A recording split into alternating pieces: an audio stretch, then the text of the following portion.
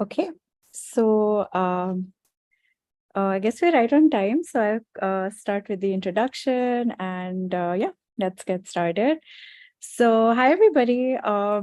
I know there'll be some people on Zoom that will be slowly trickling in, and we'll also have some people on YouTube live stream. So thanks for joining in on this morning/afternoon where we are and evening wherever you are. So we're NLP with friends. We're a group of people who just love talking about anything in NLP.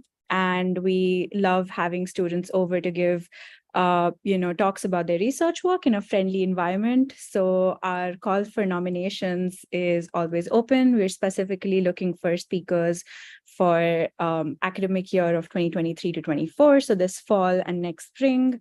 So please nominate yourself or anyone else that you know who is interested in giving a talk with us. And more details are on this on our website, nlpwithfriends.com. Awesome. So yeah, before we begin, I just want to quickly mention our code of conduct. So please be courteous with our speaker. Please mute your mics and put down any questions you have on our chat, or feel free to speak out after the speaker is done. So awesome. Let's get started. So today we are very happy to have Prince here from University of Utah. And Prince is a final year PhD student at the University of Utah, advised by Dr. Jeff Phillips. His research aims at understanding the geometry of embedded representations for improved interpretability and downstream task utility within the context of cross multilingual natural language processing, ethical and responsible AI. And Prince will soon join Visa Research as a research scientist. So thank you so much, Prince, for coming. And we're so grateful to have you here. And yeah, the floor is all yours. All right. Thank you, Bray, for the warm introduction. So just so you know, I've already begun my role at Visa Research about a week ago. So yeah. Okay. My name is Prince Osei Aboagye, and today I'll talk about our work, interpretable debiasing of vectorized language representations.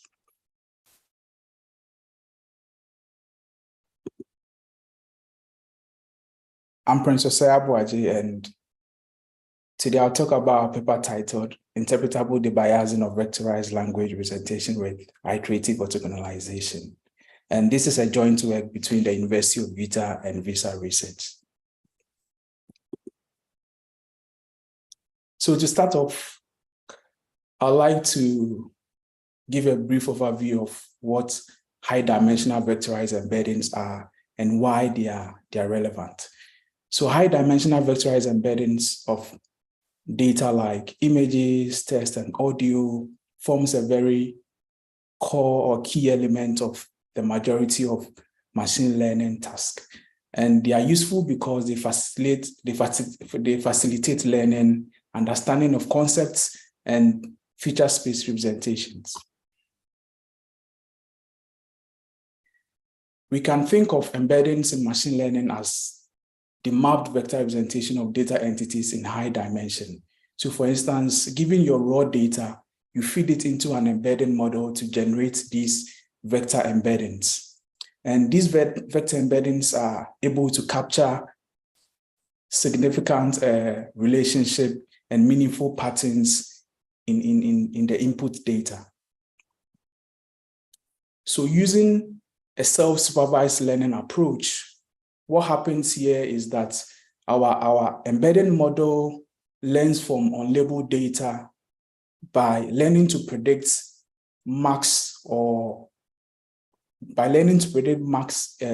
input or entities within the data. So it more or less hasn't got a label, but it learns by predicting these max entities. And by so doing, it's able to make sure that the resulting embeddings are able to capture meaningful patterns and relationships that are present in the input data.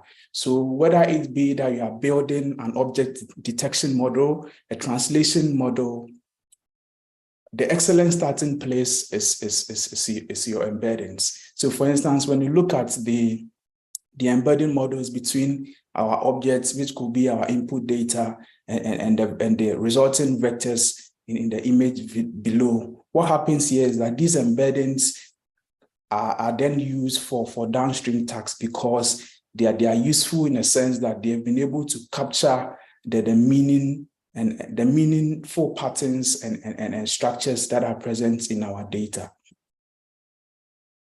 However, there are challenges associated with these high-dimensional embeddings. The fact that they exist in high dimension is itself a challenge.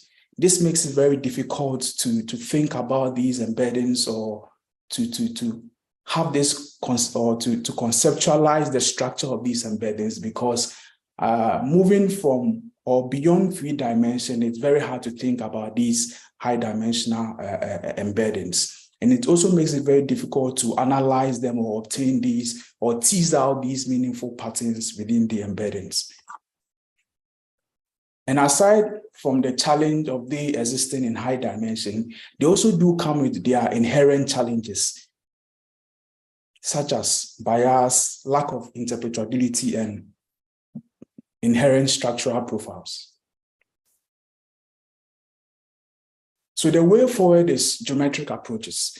So already there exist geometric techniques that can be used to tease out or to gain these or extract these meaningful patterns in the high dimensional embeddings. So some of these techniques are defining a new basis and using eigen decomposition to reveal the spectral structure, or even using a normalization technique where we center your embeddings to lie on a hypersphere. This helps us to extract these meaningful patterns in our embeddings. So this tells us that the geometry of these embeddings help a lot because they help us to analyze higher dimensional vector embeddings more appropriately. So they are giving us a way to maneuver our way through these challenges that I just mentioned.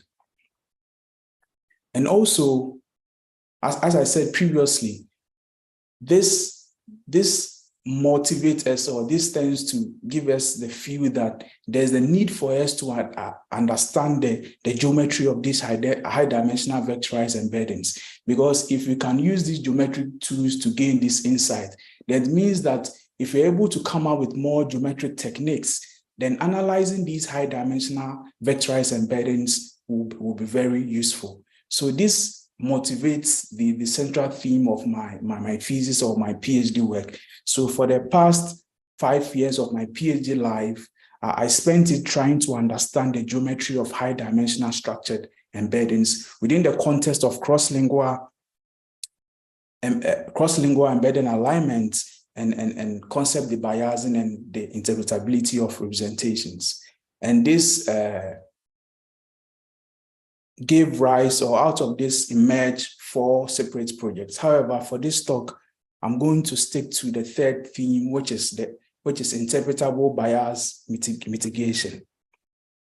And these are the 4 publications that we have for my PhD dissertation, or the lifespan of my PhD work, my PhD life. And the 4th one is currently under review. Okay, so as I said, we are going to look at the 3rd theme, which is interpretable bias mitigation.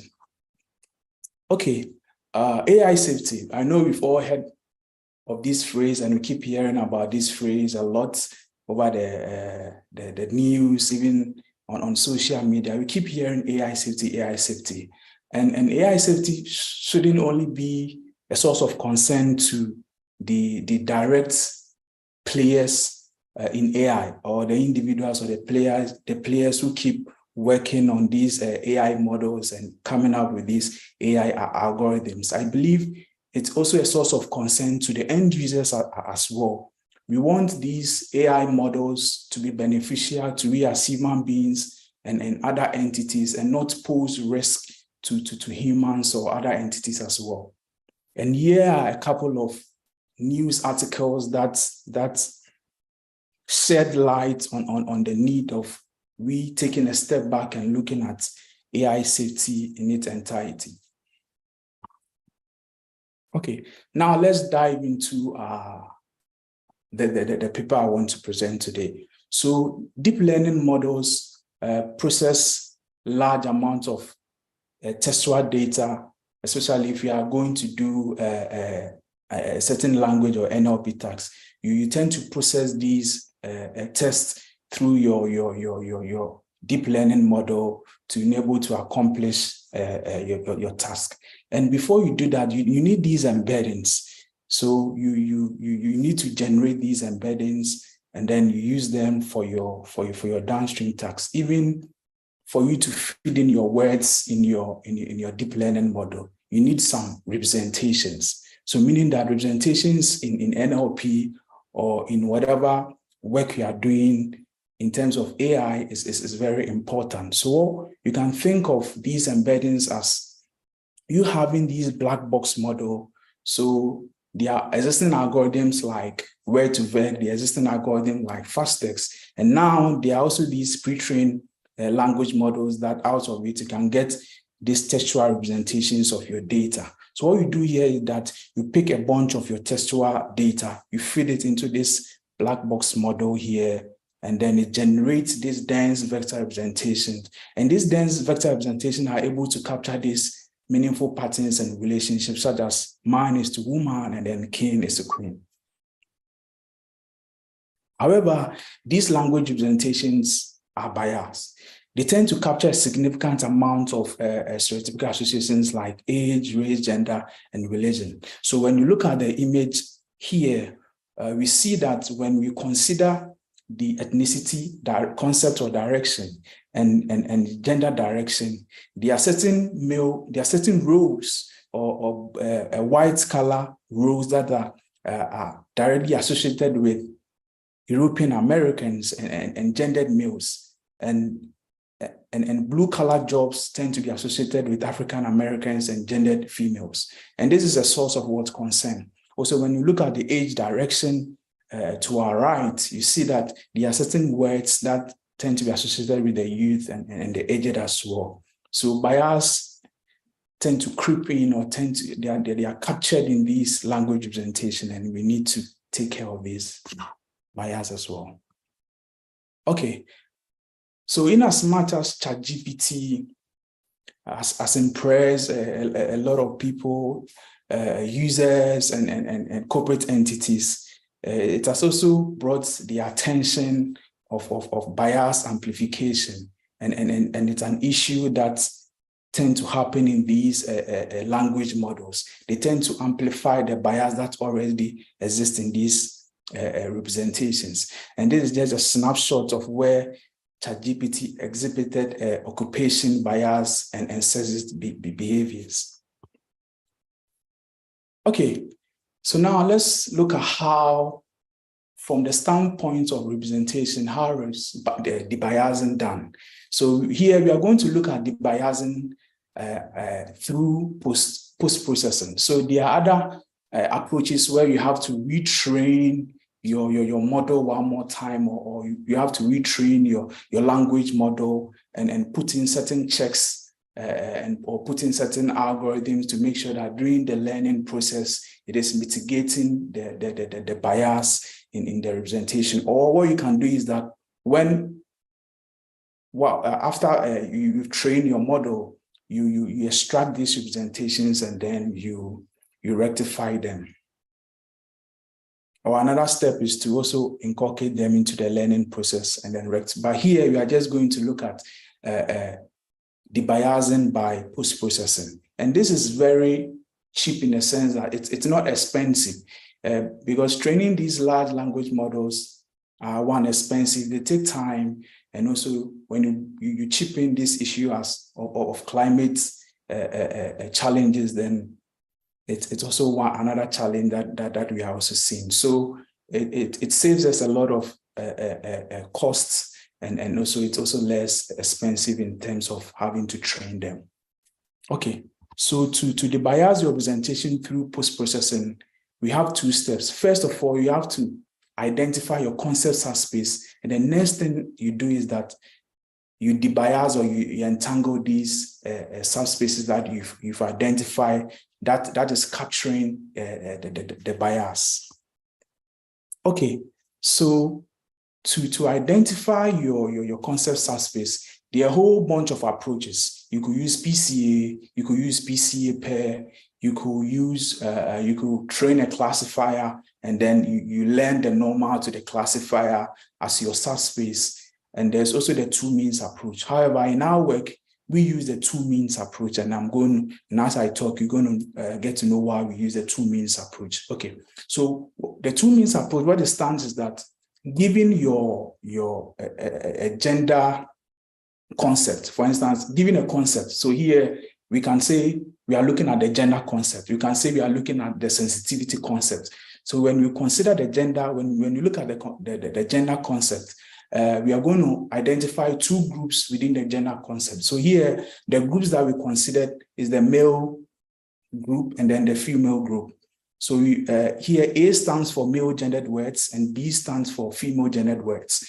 So what we do here is that we are going to compute the means of the vector representations of your set A and then your set B. And similarly, we are going to consider these stereotypical associations. Here, we are looking at the sensitivity concept. So we have the unpleasant and the pleasant words. So the set X, you're also going to compute the mean of the set X, compute the mean of the set Y. And then the difference between the two groups within your gender sets gives us the gender direction or the gender subspace or the gender concept.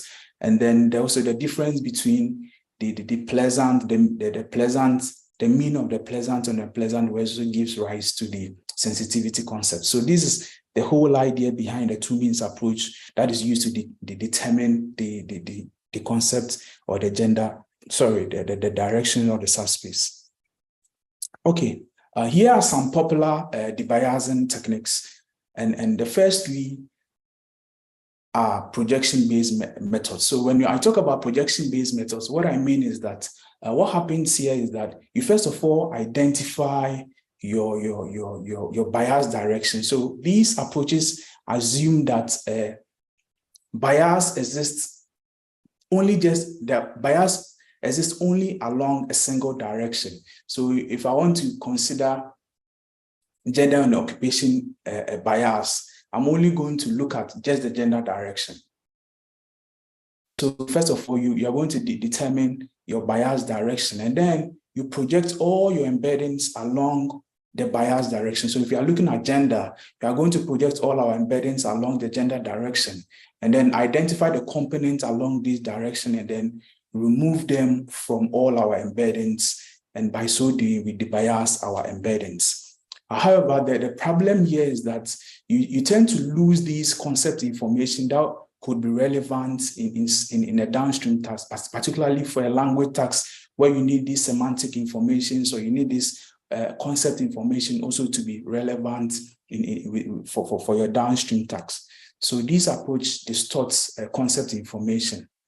So the last work here, what happens is here, so the last work, that's Oscar, the last method, which is Oscar, it hypothesizes that bias doesn't exist in isolation or along just a single direction. So for instance, it considers pairs of concepts. So if I want to debias gender with respect to occupation, I need to identify your gender direction and then your occupation direction. And then you orthogonalize them, and by so doing, decorrelating or removing the association that exists between your gender and then your occupation direction. And this is the approach called Oscar. So what Oscar does is that if you want to debias, say, your gender and your occupation direction, what you do is that you first of all identify this concept using the two means approach. And then what you have to do is that you want to orthogonalize the two concepts subspace that you've identified. That's, you want to move, say, the occupation to the occupation prime, which is orthogonal to gender. So that is the main idea behind Oscar. So Oscar is simply just about having to orthogonalize your concept that may be inducing the bias. Okay, so out of this, we came out with our proposed method. So what our proposed method actually seeks to do is that, one, we want to improve bias whilst retaining the concept information. And also we want our resulting representation to be interpretable. So our approach actually builds on top of OSCAR, because the original OSCAR had certain issues and we address these issues. So mainly our approach actually builds on top of OSCAR and then address the issues of the original OSCAR. Okay, so in our work, we made these 4 significant modifications to OSCAR. So the first modification is centering, the second one is rectification, the third one is on centering, and the fourth one is iteration. I'm going to talk a bit more into details about these modifications that we did concerning OSCAR to address its inherent challenges. And we call our approach iterative subspace rectification. Just so you know, feel free to stop and pause me and then ask if you have any question. Okay. So the first challenge is the point of rotation in OSCAR. So within OSCAR, there's this step called the graded rotation. So when I talk about the graded rotation, all that I mean is that it is just the step or the module or the mechanism that does the rectification. So within the graded rotation step, I'm going to feed in my bias directions. That's your gender and then your occupation direction. And then it goes ahead to rectify them or make them or to go now with respect to all the other embeddings. So what happens is that I'm going to project all my embeddings into a new subspace, which is spanned by your gender and then your occupation. So meaning that I'm bringing all my high dimensional embedding into just a 2D space. And within the 2D space, I do the rectification. That is how we can easily see this 2D represent a picture or plot in front of us. So here we have this horizontal line, which is actually being mapped by the green words. That's your gender word, your gender words. And then we have this vertical line, which is mapping up our occupational direction or subspace. You see that the horizontal line and the diagonal line has a midpoint, which is far away from the point of rotation where the graded rotation is done. So when you look at the black point here, it's the origin, and that is where the graded rotation happens. However, the point or the intersection or the midpoint of our concept vectors are far away from the origin. So when we apply the graded rotation, the orthogonalization is not done properly. And we are going to look at the effects pretty soon. So what we sought to do is that we have to center all our embeddings to be about the origin. So now let's look at the centering approach in our debiasing method called ISR. So what we're going to do is that here, as I've said, we are looking at the gender and the sensitivity concept or directions. So we want to move the midpoint, which is the red point here, to the orange point here, which is the center. And then we apply the graded rotation.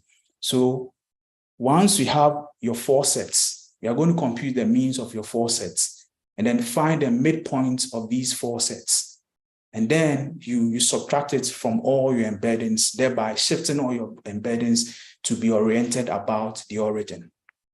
And then you go ahead to apply your graded rotation. Okay, now let's look at an example here. So this is the previous example that I showed where the embeddings hadn't been centered. So when you center it, now you can see that your embeddings are now oriented about the origin. And this is a right thing that should have been done in the original OSCAR. So that when you apply your graded rotation, you get proper orthogonalization. Okay, now let's take a look at the graded rotation step in ISR. So, in OSCAR. So this is the key parts of the OSCAR algorithm. This is what does the graded rotation. So the whole idea is that you want to decorrelate your concept vector. So here we have V1 and then V2. The main idea is that we want to decorrelate these two directions by moving V2 to V2 prime, which is oriented about the y-axis, thereby making it orthogonal. So words that are closer to V1 wouldn't be moved much, and words that are closer to V2 will be moved proportionally to V2. Okay, now let's take a look at or a look inside the graded rotation for two concept subspace. So assuming we have your gender and then your occupation subspace, which is given by the red directions here, so V1 and then V2. And then let's say you have a word X, that's homemaker, and you want to debias the homemaker embedding so that homemaker hasn't got this association with, say, gendered females. You want to remove this kind of bias from this, your homemaker embedding. So what you are going to do is that we are going to move X by a certain phi X amount, which is given by the equation below. We want to move it by a certain phi X amount. So here, V2 is going to move by phi, which is also given by this equation below. So you are going to move V2 by phi amount, by theta amount. We are going to move, yes, we are going to move V2 by a theta amount, and then we are going to move X by theta X amount, which is also given by the equation below. So now, for simplicity, let us consider this special case where we have theta prime to be pi on 2, and then phi 1 to be pi on 8. After we apply the graded rotation, this is how the orthogonalization is going to happen. You see, because we are making the assumption that theta 1, which is the angle between V1 and then V2, is pi on 4, which is pi on 4, what is going to happen is that when we apply the graded rotation, it's going to move directly onto the y-axis, thereby making it directly orthogonal to V1. V2 is going to be directly orthogonal to V1. And X is going to be right in between the angles. That's going to be pi on 4 as well. So meaning that we have moved X, which was right in between V1 and V2 here, by this theta X amount, and you've also moved V2 by the full theta amount. So that is how the graded rotation happens. And in the case where you throw in your third concept, what is going to happen is that we are going to project your third concept. For instance, assuming you have this sensitivity concept, so you want to decorrelate your concept direction, that's your gender, your occupation, and then your sensitivity direction. You want to do them at once. You want to debias your embedding so that they are free of these correlations at once. So what you are going to do is that, first of all, you are going to apply your graded rotation to V1 and then V2. When you are done, you're going to project V2 onto the span of the subspace. That's the blue plane here. That is span, that's like the subspace that is spanned by V1 and then V2. So then we have this V3 here. You project it onto the span, and then the span gives us this V direction.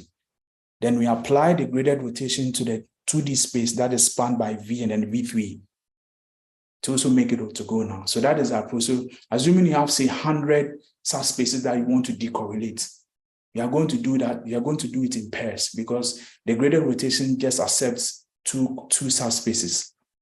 You pick your first two directions, you orthogonalize it, project it onto the span, and then you debias it. When a third concept comes in, you project it onto the span of the three. If the third concept comes in, you project onto the span of the two. If the fourth concept comes in, you project onto the span of the three concepts that you've already debiased. So that is the approach. It's more or less doing the Gram-Schmidt approach in terms of orthogonalize your embedding. So it's in the spirit of the Gram-Schmidt approach. Okay, now this is the case where we will now here, the figure here is the centered embedding. And after you apply your rectification, this is what is going to happen. So now we've moved our embeddings, or we've rectified our embedding to be such that they've been moved by a certain V2 amount that they've moved by your occupation concept amount, and then you've made it orthogonal. So you can see that words that were closer to the occupation direction are now kind of closer to the x-axis. So that's how the approach, that's how the degraded rotation approach works. You're kind of debiasing your embedding space by moving your embedding by a certain V2 amount, in terms of angles, Okay, now, originally, the embeddings weren't centered. So once you've rectified the embeddings, you have to uncenter them. So you uncenter them by adding the center amount that you subtracted for your embeddings back into the rectified embedding, so that now they assume their original position in the high dimensional space. However, they have been debiased as well. Okay. One thing we observe is that the learned subspace from Oscar aren't completely orthogonal. So when you apply Oscar for just a single step, the concept vectors aren't orthogonal. For instance, if I'm considering gender and say occupation, let us quickly look at the iteration 1 column where we apply Oscar. So one of the ways to measure orthogonality is to using the dot product score. So when you compute the dot product score for just a single iteration, when you look at the second row, Oscar, that's one step of Oscar, gives us 0.18, right? Meaning that just a single step of Oscar isn't completely orthogonal. So one thing we did is that we iteratively apply the iteration mechanism or the iteration step. So it's like you center, you apply your graded rotation, and then you uncenter. So you apply these 3 sequences or these 3 approaches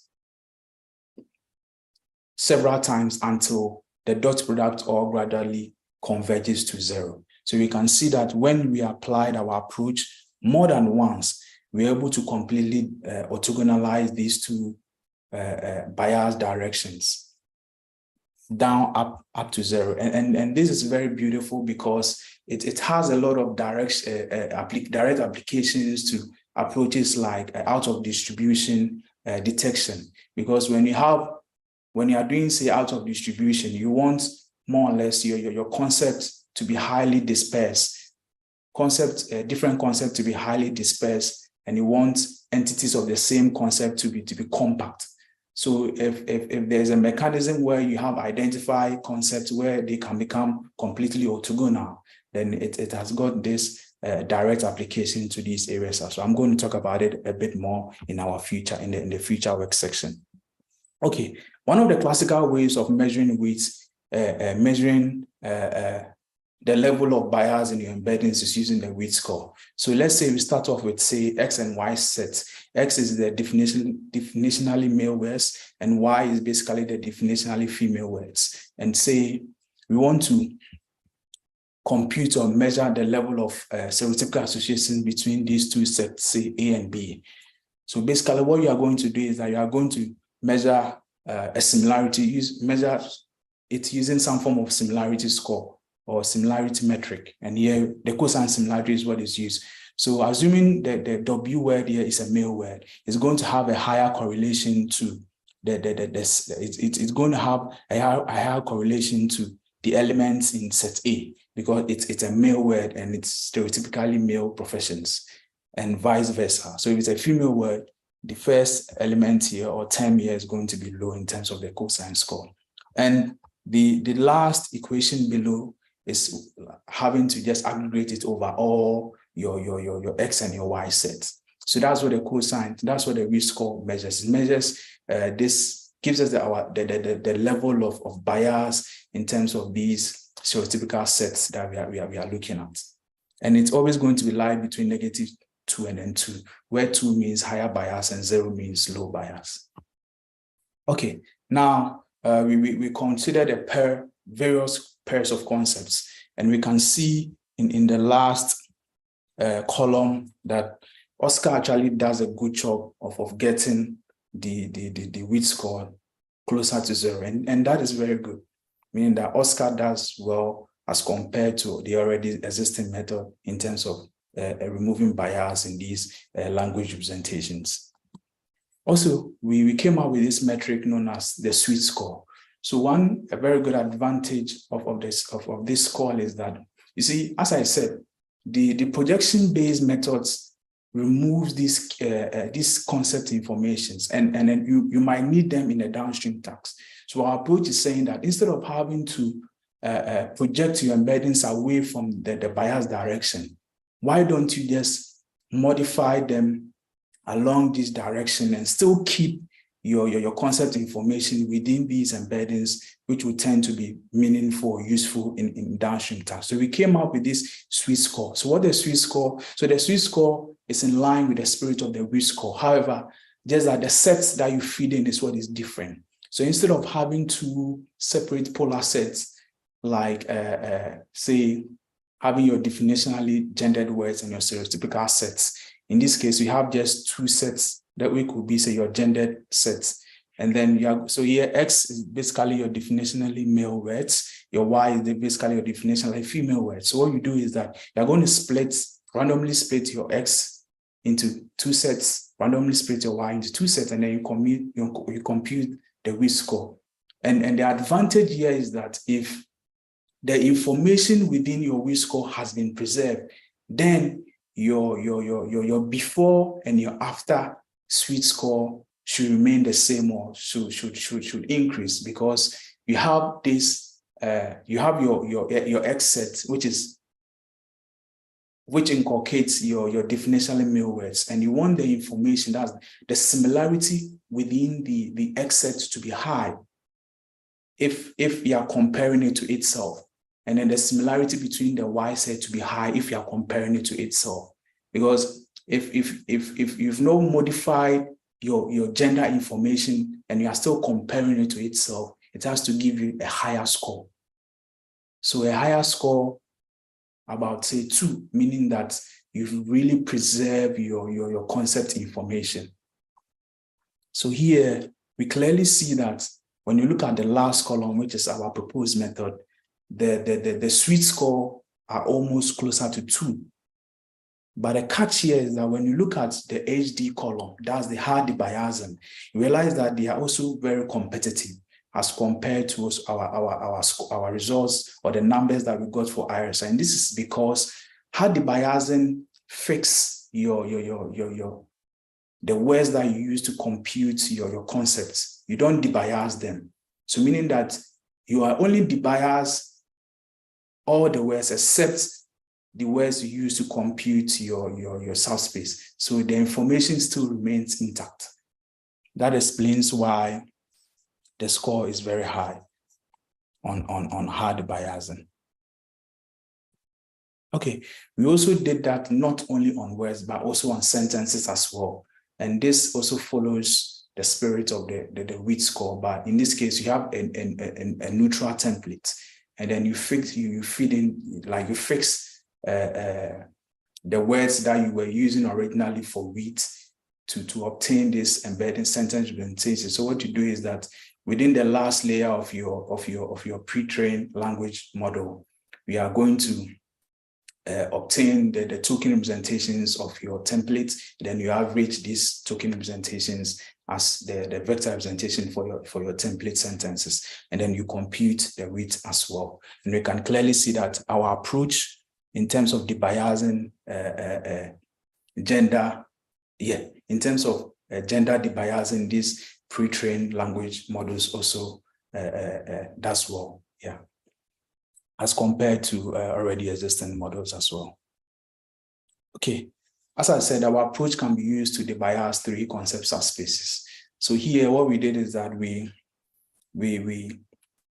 chose 3 concepts like, so GT means gender terms, NN means names, and P means pleasant or unpleasant. So meaning that gender terms, names, and then sensitivity concepts. So we wanted to debias all of these concepts at once. And when you look at the WIT score, here, we can clearly see that when we apply our approach for about, say, 5 iterations, we are able to debias them because they get closer to zero. And similarly, on the dot product score, we can clearly see that they are all converging to zero.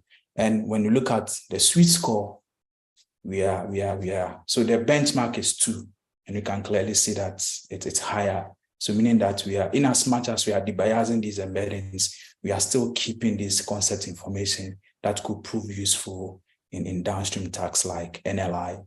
So we reported a couple of NLI experiments in our paper. Okay, so in conclusion, we propose a new mechanism called ISR, which offers these 3 capabilities: enhanced bias removal while retaining key concept information. And it could also be extended to multiple concept subspace because, and that's the beauty of it. So in one step, we are debiasing more than 2 concepts.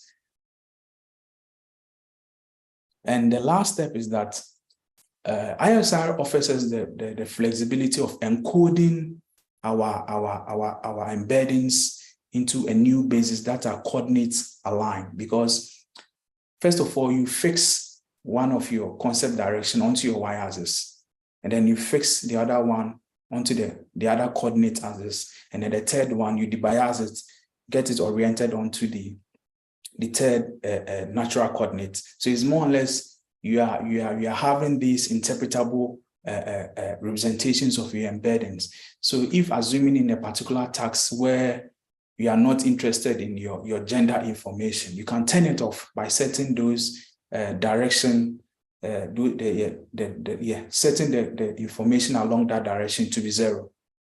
So we are encoding this interpretability in our representation because these representations are distributed. We don't know which column we don't know which column encodes gender. We don't know which column encodes sensitivity. We don't know which column encodes names. All that we have is just, say, 112 dimensional embeddings. We have, say, this 300 dimension. We don't know which dimension is which. But these ISR offers us the ability to encode some meaning into our representation. Okay, so we have our code available. You can try it and then use it. If you find it helpful, just make sure you cite us. Yeah. Okay, now let's look at the future work. So one thing that we've been working on is this out of distribution detection. So there's this paper that was published in ICLR this year. And the whole idea is that they want to improve out of distribution detection. So the out of distribution detection is a process of having to detect test examples that have unknown distributions as compared to the distribution of the data set that was used to train your model. So when a test example comes in, you want to determine whether it's in distribution or out of distribution. So here, the dog is in distribution, the cat is in distribution, track is in distribution. So you want to determine certain distributions that are out of your distribution. And the best thing to do is that you want to make sure that these concepts are spread apart and entities within a concept are compact, because you tend to measure these out of distribution using distance-based approaches. And you want things that are out of distribution to be very far away from concepts that are in distribution. And ISR offers that possibility of having to fully orthogonalize your filter space and cause them to be far away and also compact, so that when an out of distribution example comes in, it's very far away from your in distribution concepts. And one other future direction of ISR is that it offers us the ability to measure or to look at the convergence of language and vision models in terms of their spaces. So there's this line of work that also tend to assume that these large language models tend to not have any association with their vision world. So there's more kind of work that are geared towards these multimodal large language models to converge or bring together our language space and then the vision space. And what this a paper that's looking at the implication of the convergence of language and vision model space sought to do is that they analyze certain things that impact these convergence. And they were like the compactness of concepts and the polysemy of concepts also tend to affect the convergence of your vision and your model space. And ISI offers us that ability to make sure that your embedding space is fully orthogonal.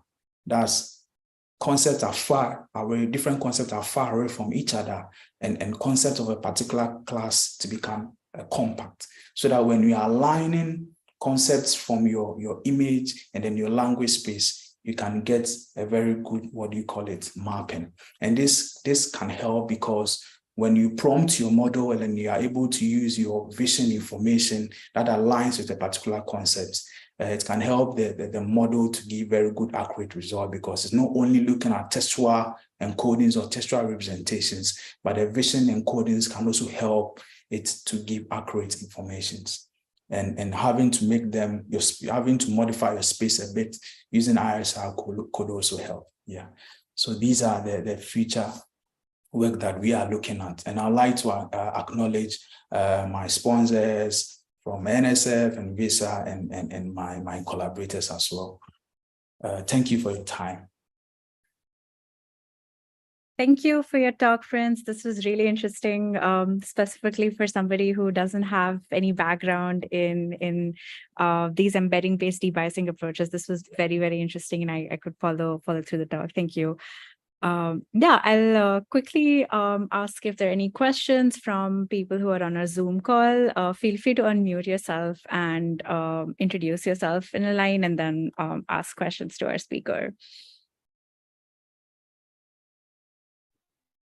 I can go first if you're okay with that.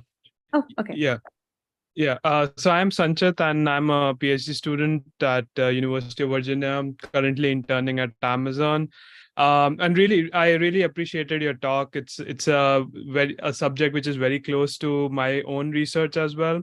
So I had a very a basic question.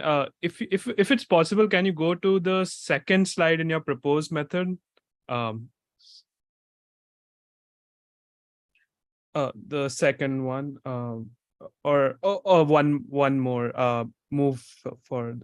Yeah. This one, centering, right? So, so I didn't really catch what. So once you centered this and you project it onto the space of, I understood all that.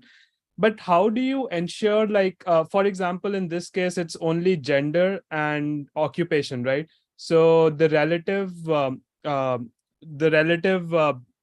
You are trying to make them more orthogonal to each other, right? But did you also ensure that let's say if it's a stereotypical female role, but it's also correlated with some other non-gender related concepts as well. So if you kind of just orthogonalize based on the gender, is it in some way also kind of messing up the distribution with respect to some other concepts as well? So do you ensure that, or how do you test for that? Yeah, good question. So the thing is that you are defining a new base. Bear in mind that assuming your embedding lies in a 300-dimensional space, here you are only rectifying two spaces, leaving your 292 dimensions intact. Do you get it? Right. Leaving them intact, and you are just rectifying them. Unlike the other approaches that you just project them away. So you are projecting everything away along your gender direction. You are just saying, we don't need gender information. Yes, we are eliminating you. However, here you keep it and just rectify them. So in as much as probably you could distort them, you are minimizing that distortion. We are not saying probably there might not be distortion. There could be, but you are minimizing them by rectifying it. So in a sense that all your embeddings are going to be shifted with respect to these two concept vectors that you have. And then you leave everything intact. So you are not touching the 292 information. Information, just rectifying them. Yeah. So the answer to your question is that you are going to save more here using this approach. Right. Yeah. No, I kind of understand the premise behind just doing like two of the concepts together and not touching the other ones. My only thing, it's more of like a general concern that if like, does it still maintain the properties of like a word to vec space or something like that? That was just my concern. Yeah, So yeah. This is where we see it here. This is where we see it in the sweet score. So the sweet score is saying that you are not perturbing your space with respect to these embedded. I think I didn't add the NLI tags. So we did one for the NLI tags, which is more or less you have other token representation of that are not gender concept related. Do you get it? They weren't gender. So for instance, if I have a sentence with just a gender related word, there are also other words that are not gender related. So if I've distorted my space very well, then on the NLI tags, you are not going to do very well. On your inference tags, you are not going to do well because you have corrupted a lot of semantic information. Yeah. I didn't. Yeah, that kind of. Yeah, so maybe you can check the paper for the NLI results. Yeah, just to convince yourself. Yeah. Okay, thank you. Thanks a lot. You're welcome. Yeah, thank you. Any other questions for our speaker?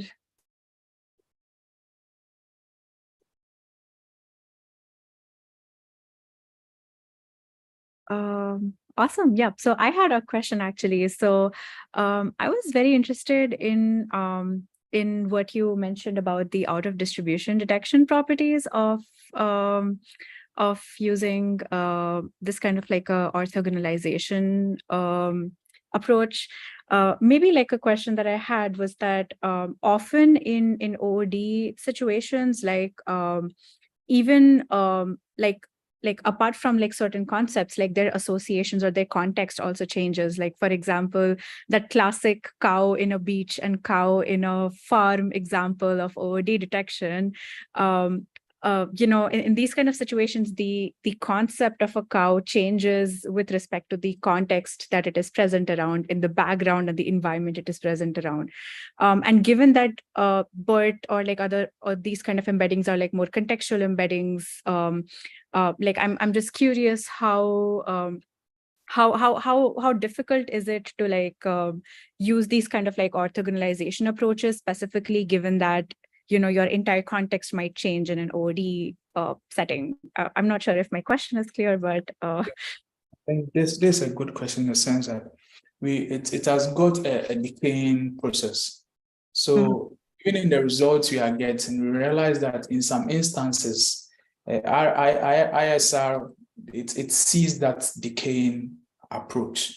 It sees that decaying approach. So I think one of the things that we wanted to come up with a metric where if the distance base meets or goes beyond a certain threshold, then it's okay. We don't apply ISR to the concepts. I don't know if it makes sense, because one of the issue here is that when you are tending to orthogonalize your space, you also have to be very careful of the semantic informations as well. So what we are trying to do is to come up with a certain threshold where we, based on a distance-based approach, we know which concept to apply RSR and which concept not to apply. So assuming if I have, say, 10 concepts, there's this threshold that is going to say that, oh, let us leave this 6 concepts and then work on only just the 5 concepts, because when you touch the other concepts, you distort the space and then your OOD score sort of comes down. So we are also seeing this declining approach where because we use the CFA 100 data sets, which has got say 100 classes, because we wanted to push the boundary of ISR. 10 classes was okay, right. But when we look at it on 100 classes, we're seeing that the results tends to be even lower than even the baseline or the original score. So we are kind of investigating it to come up with a threshold, a metric that is going to help us know which specific concepts within, say, the C400 to touch and then work on, and then leave the ones as it is. Yeah, so it's a true concern. Yeah. Makes sense. Yeah. That's definitely intuitive as well. I guess maybe like one last question that I had, if no one else from the audience also has a question. Having looked at like these concept-based approaches, how do you think on a future goal perspective, how do you think these like embedding modification approaches would work specifically in cases where concepts are not explicitly determined? Like, for example, in a lot of language tasks, my knowledge is implicit, so it's not like directly captured in one or two concepts or words like that. So like, what do you think are the pros and cons of like these kind of approaches for concepts which are more ambiguous? Yeah. So I think this is something that we are looking at Visa. We want to automate this concept identification process.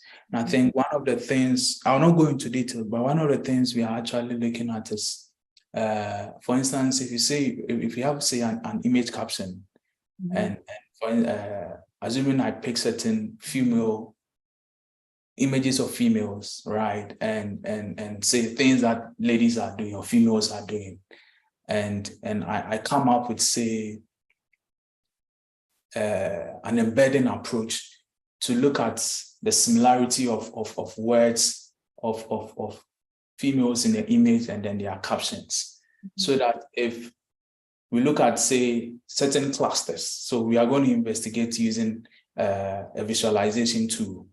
And what the visualization tool will do is that we are going to identify certain clusters, say, that are associated with, say, the females, and the captions that are closer to it. So then instead of having to manually look out for words that will, say, help us to identify a concept, this approach is going to help us automate, because it is going to be data-centric. So based on your data, we know certain concepts or representation that are associated with, we know certain representations that are associated with a particular concept. Even without using a visualization tool, we are mapping up, we are making the data itself come up with the representation that are associated with a particular concept, and then having to use it. Because there are certain concepts, it's very hard to even come up with words that are associated with a particular concept. And having to select manually, look for words, it is going to be very hard and very difficult. Yeah. I don't know if that answers your question, but it's something that we are looking to, having to automate this concept, coming up with this concept process. Yeah, definitely. That definitely answers my question. And it's interesting to see how like doing this kind of like a data-centric approach would also like align concept discovery from like a domain knowledge perspective, like rather than like a universal set of concepts, like there's like a set of specific domain concepts associated with like a data set, or I guess we're also at time. So if the audience has any more questions on YouTube or Zoom, please feel free to reach out to our speaker here. Thank you so much, Prince, for the great talk, and for being so accessible and approachable with your talk.